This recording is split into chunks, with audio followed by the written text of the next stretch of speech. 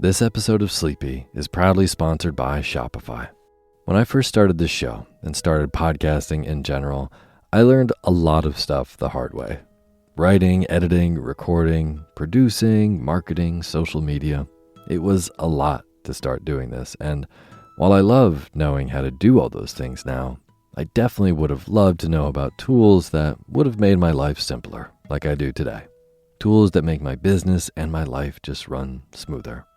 Well, Shopify is definitely one of those tools. It is the business behind the business. It's the commerce platform behind millions of businesses around the world, from household names like Mattel to businesses just getting started. There's hundreds of ready-to-use templates to build a beautiful online store that matches your brand. Shopify has tons of helpful AI tools to help you build out and fill your site in no time. It's also really easy to get the word out with easily made email and social media campaigns. And best yet, Shopify is your commerce expert with world-class expertise in everything from managing inventory to international shipping to processing returns and beyond. So if you're ready to sell, you're ready for Shopify. Turn your big business idea into reality with Shopify on your side. Sign up for your $1 per month trial and start selling today at shopify.com/Otis. Go to shopify.com/OTIS. Shopify.com/Otis. I'll put a link for this in the show notes. Thanks. This episode of Sleepy is proudly sponsored by Green Chef, the #1 meal kit for clean eating. It's summer, and I absolutely love summer. The longer days, the warm light, the way everything just seems to kind of slow down, but there's still a lot going on. It makes me want to eat fresh, simple meals that really help me feel good. Well, Green Chef makes that easy. Their meal kits are full of fresh, organic, seasonal products and 100% responsibly sourced proteins, crafted into delicious recipes that support the way you want to feel. Whether you're gluten-free, plant-based, high-protein, or just trying to eat a little bit more mindfully, Green Chef has over 80 meal options every week to choose from, including new recipes designed for gut and brain health too. I recently made their chicken with lemon cream recipe, and it was so delicious. With sauteed greens and jasmine rice, just nourishing, light, simple, exactly what I want on a bright summer day to make me feel good. Green Chef even has quick salads, smoothies, and breakfasts, so whatever time of the day, there's something ready to support your summer rhythm easily. Make this summer your healthiest yet with Green Chef. Head to greenchef.com/50sleepy and use code 50sleepy to get 50% off your first month, then 20% off for 2 months with free shipping. That's code 50sleepy at greenchef.com/50sleepy. I'll have a link for this in the description of the show. Thanks. Hey, my name's Otis Gray, and you're listening to Sleepy.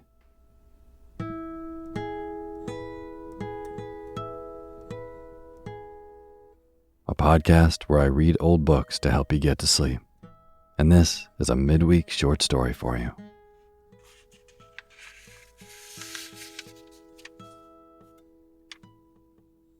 Tonight, I have a short story from an author I've read many times on the show, but not in a while. And this is a short story by the one and only Hans Christian Andersen that I'm very delighted to bring to you tonight. And before we get to the bedtime reading, I just want to generally thank everyone who is a supporter of this show on patreon.com. It means so much to me. Thank you, thank you, thank you.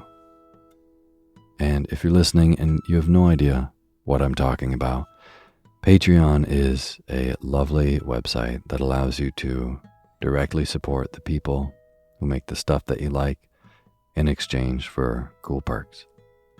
So if you go there and you donate $2 a month, you get access to the ad-free version of Sleepy. $5 gets you access to our poetry feed with over 50 episodes you've never heard on the show before. But even if you donate $1, that just goes so far for me, and $1, I will read your name on the opening credits of the next show after you do. So if you would like to be a part of making this show directly, you can go to patreon.com/sleepyradio. Thank you. And as always, the music you're hearing is by my good friend James Lepkowski, and the cover art for Sleepy is by Gracie Kanan.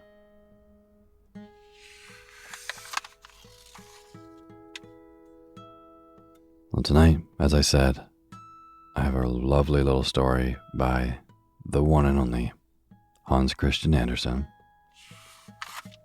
who wrote just so many short stories that have kind of dictated the direction of pop culture and literature for the last 100 or more years. He wrote Snow White, The Little Mermaid, wrote the story that inspired Frozen, and because it is Hans Christian Andersen, his stories that these are based on have slightly darker endings, generally. But tonight's short story, which has a beginning and an end, actually has a kind of beautiful, whimsical end, if you can make it there, which I hope you don't. So, without further ado, tonight, this is a short story by Hans Christian Andersen called The Garden of Paradise. And now is the time for you to fluff up your pillow just how you like it. Feel yourself melt into your bed. Get real comfortable. Close your eyes and let me read to you.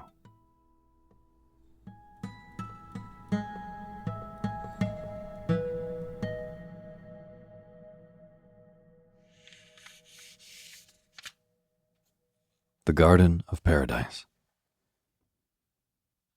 There was once a king's son. Nobody had so many or such beautiful books as he had. He could read about everything which had ever happened in this world and see it all represented in the most beautiful pictures. He could get information about every nation and every country, but as to where the Garden of Paradise was to be found, not a word could he discover, and this was the very thing he thought most about. His grandmother had told him, when he was quite a little fellow and was about to begin his school life, that every flower in the Garden of Paradise was a delicious cake, and that the pistils were full of wine. In one flower, history was written; in another, geography or tables. You had only to eat the cake, and you knew the lesson. The more you ate, the more history, geography, and tables you knew. All this he believed then, but as he grew older and wiser and learnt more, he easily perceived that the delights of the Garden of Paradise must be far beyond all this. Oh, why did Eve take of the tree of knowledge? Why did Adam eat the forbidden fruit? If it had only been I, it would not have happened. Never would sin have entered the world. This is what he said then, and he still said it when he was 17. His thoughts were full of the Garden of Paradise. He walked into the wood one day. He was alone, for that was his greatest pleasure. Evening came on. The clouds drew up, and it rained as if the whole heaven had become a sluice from which the water poured in sheets. It was as dark as it is otherwise in the deepest well. Now he slipped on the wet grass, and then he fell on the bare stones which jutted out of the rocky ground. Everything was dripping, and at last the poor prince hadn't got a dry thread on him. He had to climb over huge rocks where the water oozed out of the thick moss. He was almost fainting. Just then he heard a curious murmuring and saw in the front of him a big lighted cave. A fire was burning in the middle, big enough to roast a stag, which was in fact being done. A splendid stag, with its huge antlers, was stuck on a spit, being slowly turned round between the hewn trunks of 2 fir trees. An oldish woman, tall and strong enough to be a man dressed up, sat by the fire, throwing on logs from time to time. "Come in, by all means," she said. "Sit down by the fire so that your clothes may dry." "There's a shocking drought here," said the prince as he sat down on the ground. "It will be worse than this when my sons come home," said the woman. You were in the cavern of the winds. My sons are the four winds of the world. Do you understand?" "Who are your sons?" asked the prince. "Well, that's not so easy to answer when the question is stupidly put," said the woman. "My sons do as they like. They are playing rounders now, with the clouds up there in the great hall," and she pointed up to the sky. "Oh, indeed," said the prince. "You seem to speak very harshly, and you are not so gentle as the women I generally see about me." "Oh, I dare say they have nothing else to do. I have to be harsh if I am to keep my boys under control. But I can do it, although they are a stiff-necked lot. Do you see those 4 sacks hanging on the wall? They are just as frightened of them as you used to be of the cane behind the looking-glass. I can double the boys up, I can tell you, and then they have to go into the bag. We don't stand upon ceremony, and there they have to stay. They can't get out to play their tricks till it suits me to let them. But here we have one of them. It was the north wind who came in with an icy blast. Great hailstones peppered about the floor, and snowflakes drifted in. He was dressed in bearskin trousers and jacket, and he had a sealskin cap drawn over his ears. Long icicles were hanging from his beard, and one hailstone after another dropped down from the collar of his jacket. "Don't go straight to the fire," said the prince. "You might easily get chilblains." "Chilblains," said the north wind with a loud laugh. "Chilblains. They are the greatest delight. What sort of a feeble creature are you? How did you get into the cave of the winds?" "He is my guest," said the old woman, "and if you are not pleased with that explanation, you may go into the bag. Now you know my opinion." This had its effect, and the north wind told them where he came from and where he had been for the last month. "I come from the Arctic seas," he said. "I have been on Bering Island with the Russian walrus hunters. I sat at the helm and slept when they sailed from the North Cape, and when I woke now and then, the stormy petrels were flying about my legs. They are queer birds. They give a brisk flap of their wings, and then keep them stretched out and motionless, and even then they have enough speed." "Pray don't be too long-winded," said the mother of the winds. "So at last you got to Bering Island." "It's perfectly splendid. There you have a floor to dance upon, as flat as a pancake, half-thawed snow with moss. There were bones of whales and polar bears lying about. They looked like the legs and arms of giants covered with green mold. One would think that the sun had never shone on them. It gave a little puff to the fog so that one could see the shed. It was a house built of wreckage and covered with the skins of whales. The flesh side was turned outwards. It was all red and green. A living polar bear sat on the roof, growling. I went to the shore and looked at the birds' nests, looked at the unfledged young ones, screaming and gaping. Then I blew down thousands of their throats, and they learnt to shut their mouths. Lower down the walruses were rolling about like monster maggots with pigs' heads and teeth a yard long. "You're a good storyteller, my boy," said his mother. "It makes my mouth water to hear you." Then there was a hunt. The harpoons were plunged into the walrus's breast, and the streaming blood spurted out of them like fountains over the ice. Then I remembered my part of the game. I blew up and made my ships. The mountain-high icebergs nipped the boats. Whew. How they whistled and how they screamed, but I whistled louder. They were obliged to throw the dead walruses, chests, and ropes out upon the ice. I shook the snowflakes over them and let them drift southwards to taste the salt water. They will never come back to Bering Island. "Then you've been doing evil," said the mother of the winds. "What good I did, the others may tell you," said he. "But here we have my brother from the west. I like him best of all. He smells of the sea and brings a splendid cool breeze with him." "Is that the little Zephyr?" asked the prince. Yes, certainly it is Zephyr, but he's not so little as all that. He used to be a pretty boy once, but that's gone by. He looked like a wild man of the woods, but he had a padded hat on, as not to come to any harm. He carried a mahogany club cut in the American mahogany forest. It cannot be anything less than that. Where do you come from? Asked his mother. From the forest wildernesses, he said, where the thorny creepers make a fence between every tree, where the water snake lies in the wet grass, and where human beings seem to be superfluous. What did you do here? I looked at the mighty river, saw where it dashed over the rocks and dust, and flew with the clouds to carry the rainbow. I saw the wild buffalo swimming in the river, but the stream carried him away. He floated with the wild duck, which soared into the sky at the rapids, but the buffalo was carried over with the water. I liked that, and blew a storm, so that the primeval trees had to sail too, and they were whirled about like shavings. And you have done nothing else? Asked the old woman. I have been turning somersaults in the savannas, patting the wild horse and shaking down coconuts.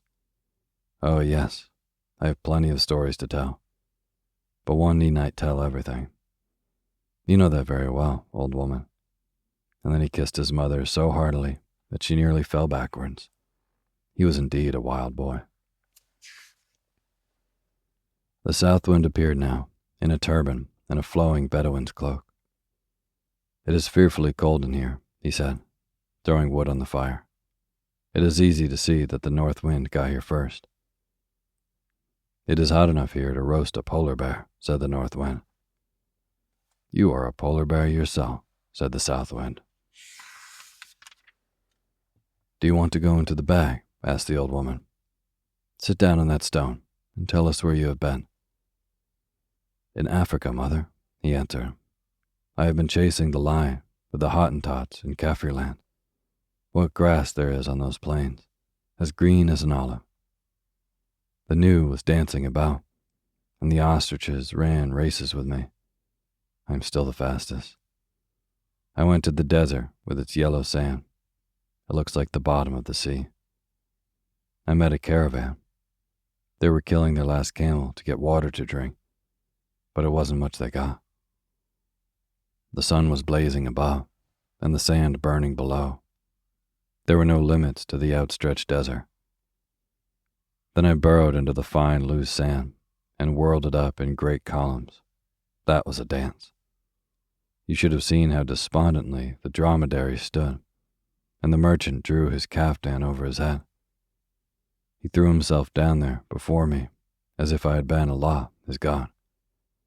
Now they are buried, and there is a pyramid of sand over them all. When I blow it away, sometime the sun will bleach their bones, and then travelers will see that people have been there before. Otherwise you would hardly believe it in the desert. Then you have only been doing harm, said the mother. Into the bag you go. And before he knew where he was, she had the south wind by the waist and in the bag.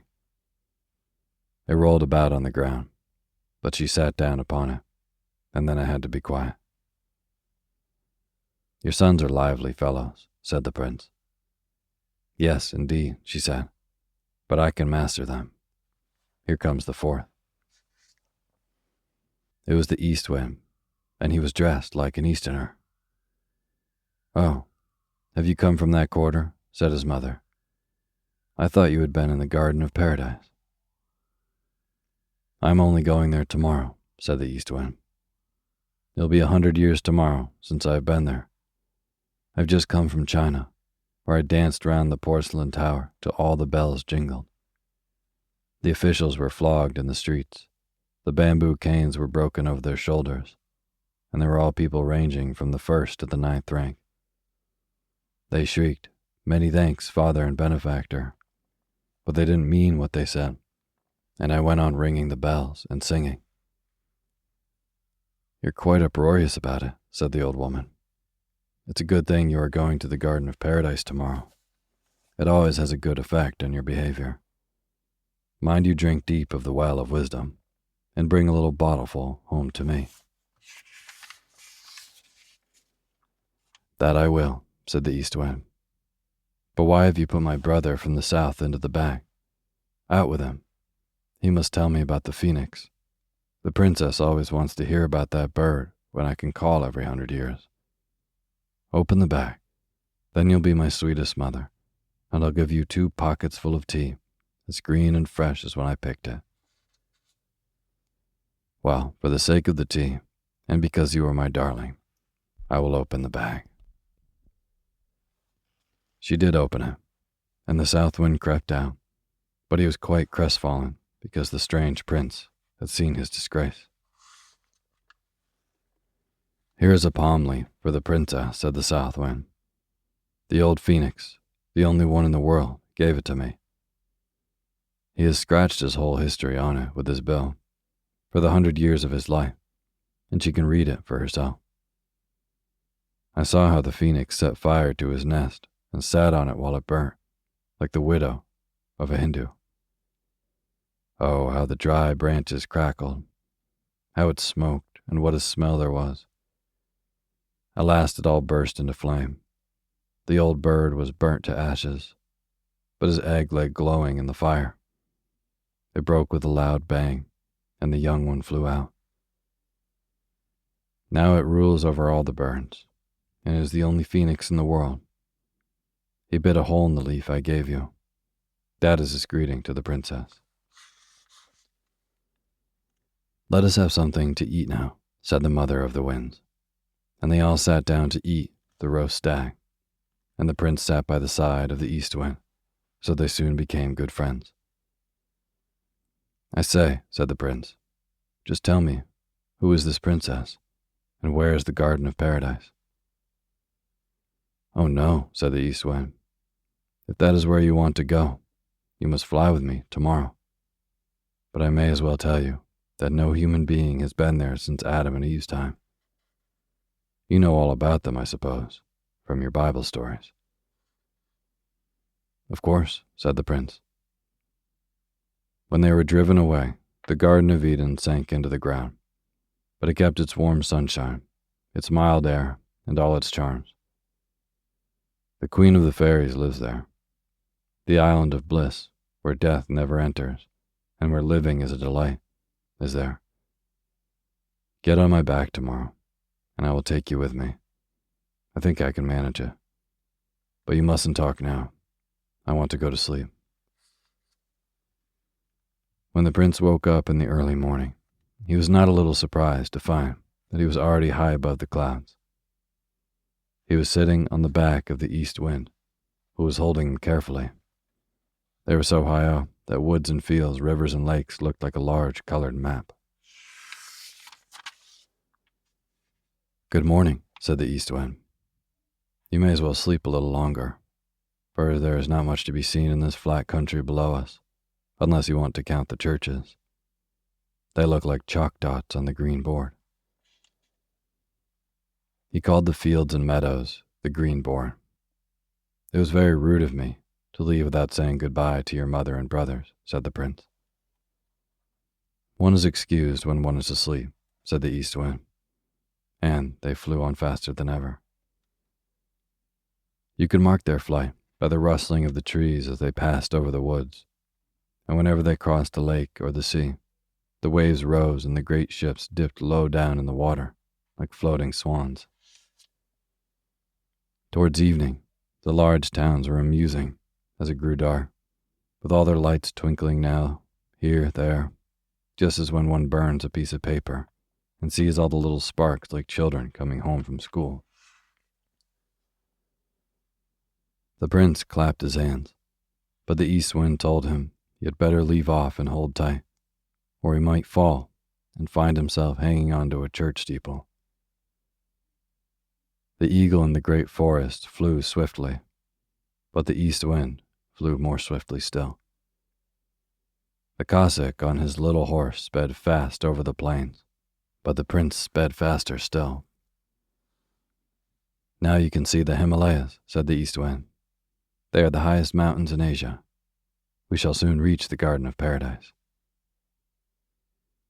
They took a more southerly direction, and the air became scented with spices and flowers. Figs and pomegranates grew wild, and the wild vines were covered with blue and green grapes. They both descended here and stretched themselves on the soft grass, where the flowers nodded to the wind, as much as to say, "Welcome back." "Are we in the Garden of Paradise now?" asked the prince. "No, certainly not," answered the east wind, "but we shall soon be there. Do you see that wall of rock and the great cavern where the wild vine hangs like a big curtain? We have to go through there. Wrap yourself up in your cloak. The sun is burning here, but a step further on it is icy cold. The bird which flies past the cavern has one wing out here in the heat of summer, and the other is there in the cold of winter." "So that is the way to the Garden of Paradise," said the prince. Now they entered the cavern. Oh, how icily cold it was, but it did not last long. The east wind spread his wings, and they shone like the brightest flame. But what a cave it was! Large blocks of stone, from which the water dripped, hung over them in the most extraordinary shapes. At one moment, it was so low and narrow that they had to crawl on hands and knees. The next, it was as wide and lofty as if they were in open air. It looked like a chapel of the dead, with mute organ pipes and petrified banners. "We seem to be journeying along Death's road to the Garden of Paradise," said the prince. But the east wind never answered a word. He only pointed before them, where a beautiful blue light was shining. The blocks of stone above them grew dimmer and dimmer, and at last they became as transparent as a white cloud in the moonshine. The air was also deliciously soft, as fresh as on the mountain tops, and as scented as down among the roses in the valley. A river ran there as clear as the air itself, and the fish in it were like gold and silver. Purple eels, which gave out blue sparks with every curve, gamboled about in the water, and the broad leaves of the water lilies were tinged with the hues of the rainbow, while the flower itself was like a fiery orange flame, nourished by the water, just as oil keeps a lamp constantly burning. A firm bridge of marble, as delicately and skillfully carved as if it were lace and glass beads, led over the water to the island of bliss, where the Garden of Paradise bloomed. The east wind took the prince in his arms and bore him over. The flowers and leaves there sang all beautiful old songs of his childhood, but sang them more wonderfully than any human voice could sing them. Were these palm trees or giant water plants growing here? The prince had never seen such rich and mighty trees. The most wonderful climbing plants hung in wreaths, such as are only to be found pictured in gold and colors on the margins of old books of the saints, or entwined among their initial letters. It was the most extraordinary combination of birds, flowers, and scrolls. Close by on the grass stood a flock of peacocks with their brilliant tails outspread. Yes, indeed, it seemed so. But when the prince touched them, he saw that they were not birds, but plants. They were big dock leaves, which shone like peacocks' tails. Lions and tigers sprang like agile cats among the green hedges, which were scented with the blossom of the olive, and the lion and the tiger were tame.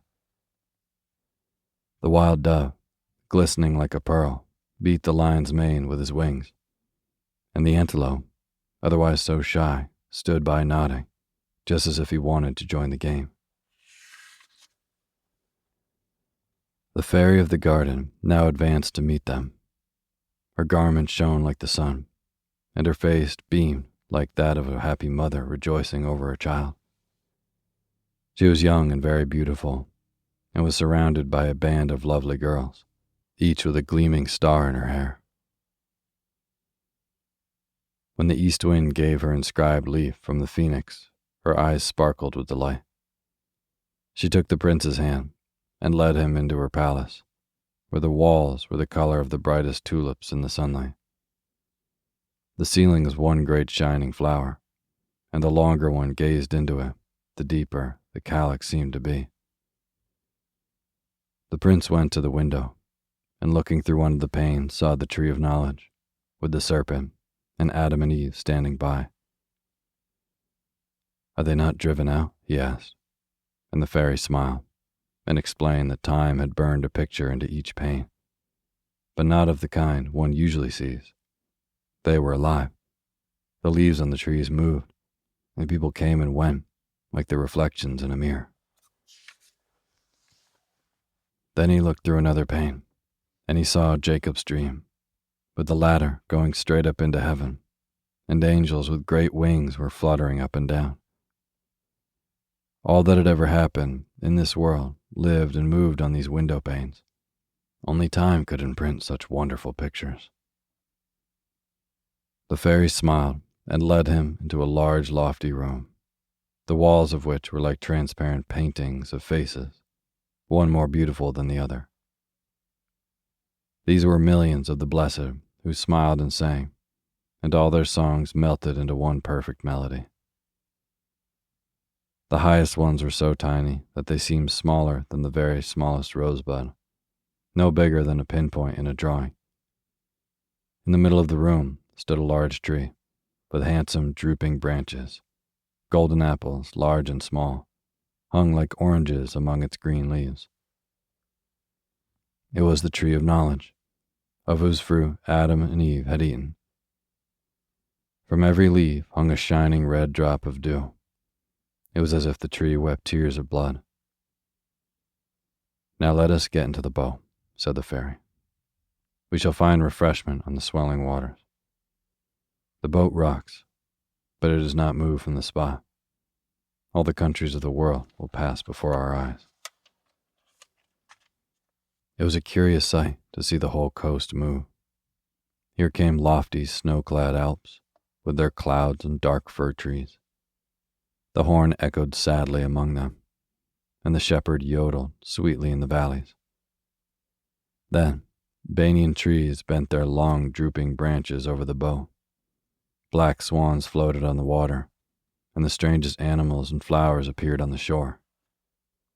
This was New Holland, the fifth portion of the world, which glided past them with a view of its blue mountains. They heard the song of priests and saw the dances of the people to the sound of drums and the pipes of bone.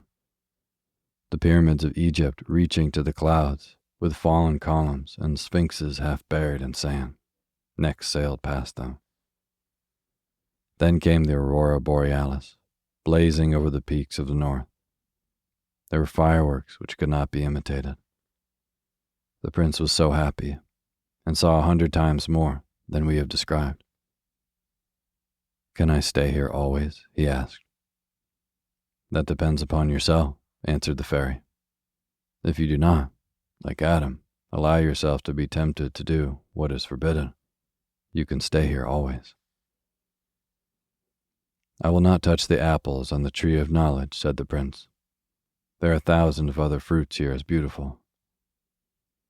Test yourself, and if you are not strong enough, go back with the east wind who brought you.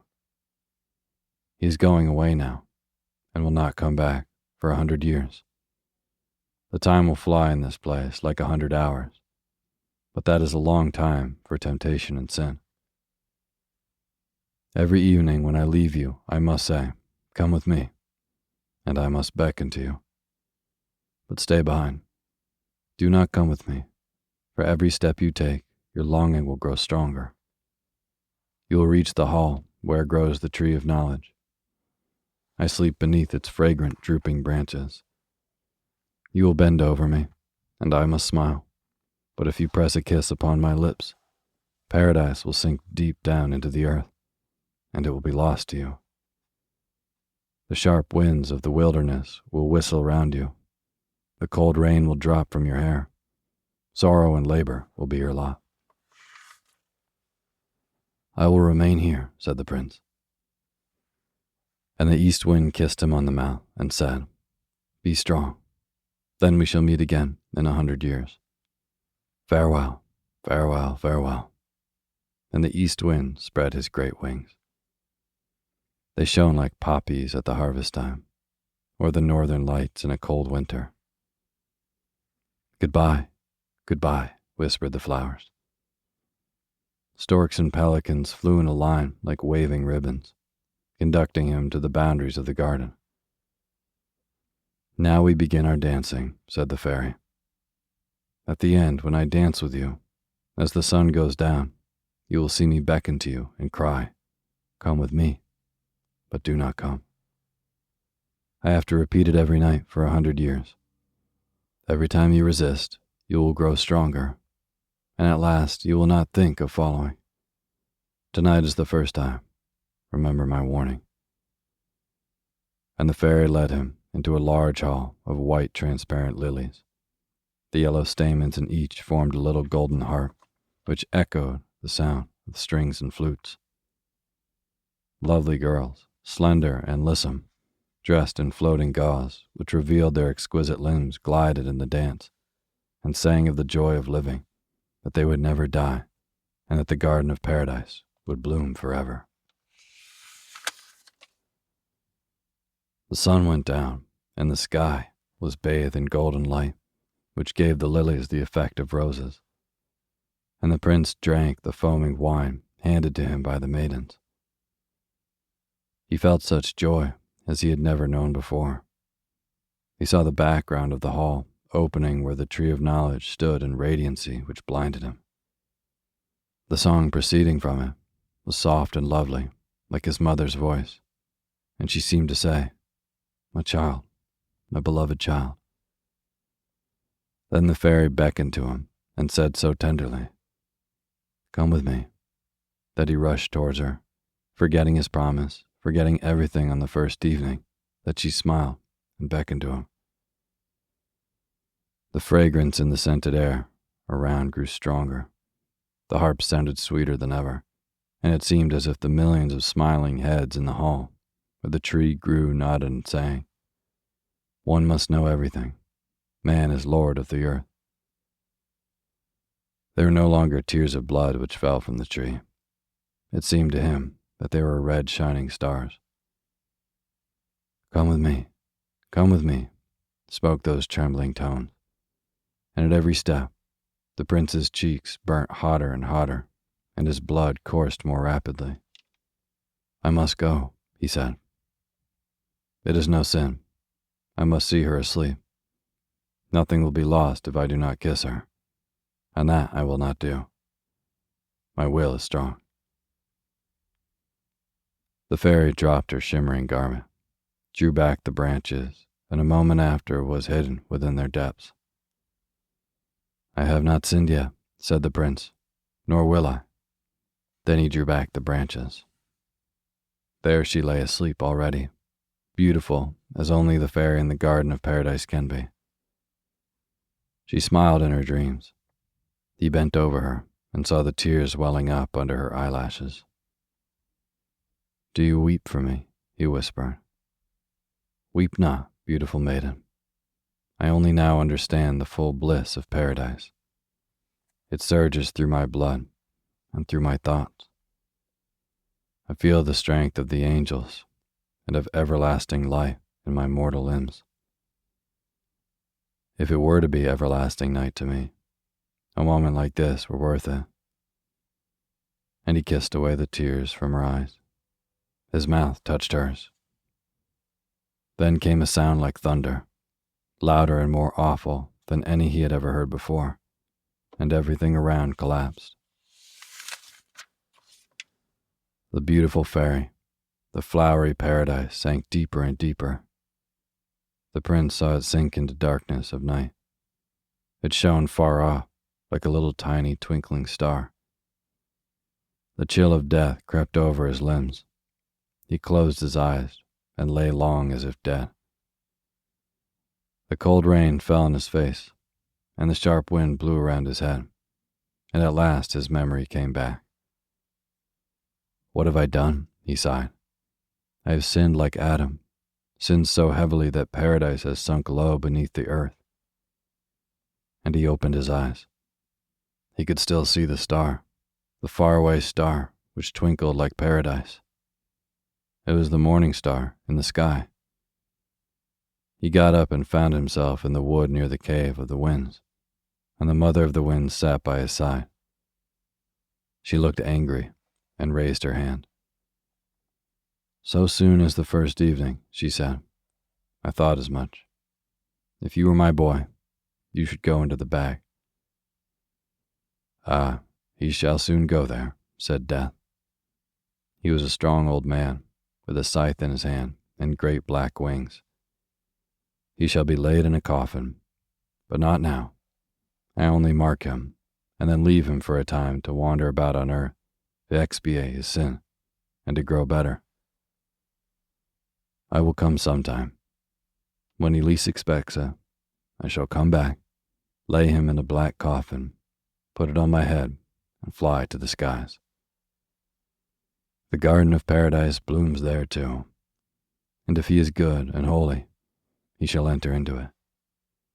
But if his thoughts are wicked, and his heart still full of sin, he will sink deeper in his coffin than paradise sank, and I shall only go once in every 1,000 years to see if he is to sink deeper, or to rise to the stars, the twinkling stars, up there."